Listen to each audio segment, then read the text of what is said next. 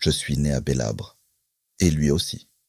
Hubert Guy-Pierre Alphonse Rochereau, sous-lieutenant, fils unique, né en 1896, mort à 21 ans.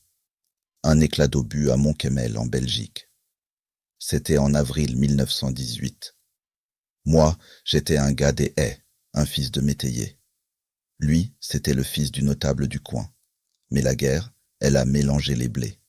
Elle a gommé les titres. Dans la boue, on est tous des hommes. Je l'ai croisé dans un poste de secours, quelque part dans la Somme. Il m'a regardé avec ses yeux bleus francs, comme on regarde un frère. Et il m'a dit sans détour, « Tu sais, mourir, c'est pas le pire. Le pire, c'est d'oublier pourquoi on vit. » On a passé 3 semaines dans la même section. 3 semaines de feu, de froid, de fatigue, mais aussi de chaleur humaine. Hubert, il avait ce don rare de remettre de l'humanité dans l'inhumain. Il portait son uniforme comme un hommage, pas comme un privilège. Il lisait du Victor Hugo à la lueur d'une bougie. Il écrivait à ses parents chaque soir, sans faute. Et moi, je l'écoutais, bouche bée, parce que j'apprenais.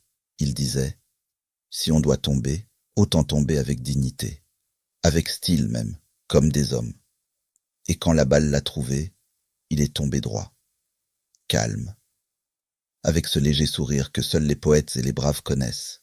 Des années plus tard, je suis revenu à Bélabre, et là j'ai appris un truc incroyable. Sa chambre était restée intacte, comme un sanctuaire figé dans le temps. Son lit, ses pipes, ses livres, son sabre, son képi à plumes, et même un petit flacon de terre de Flandre. Là où il est tombé, ses parents ont fait écrire dans l'acte de vente de la maison, cette chambre devra rester en l'état pendant 500 ans. 5 siècles de silence, pour que la mémoire ne se délite pas.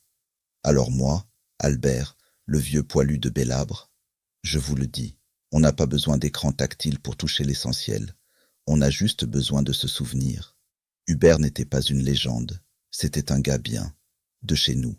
Et si aujourd'hui, vous parlez d'IA, de futur, de territoires intelligents, n'oubliez pas ceux qui ont tenu bon dans les tranchées pour que vous puissiez rêver encore.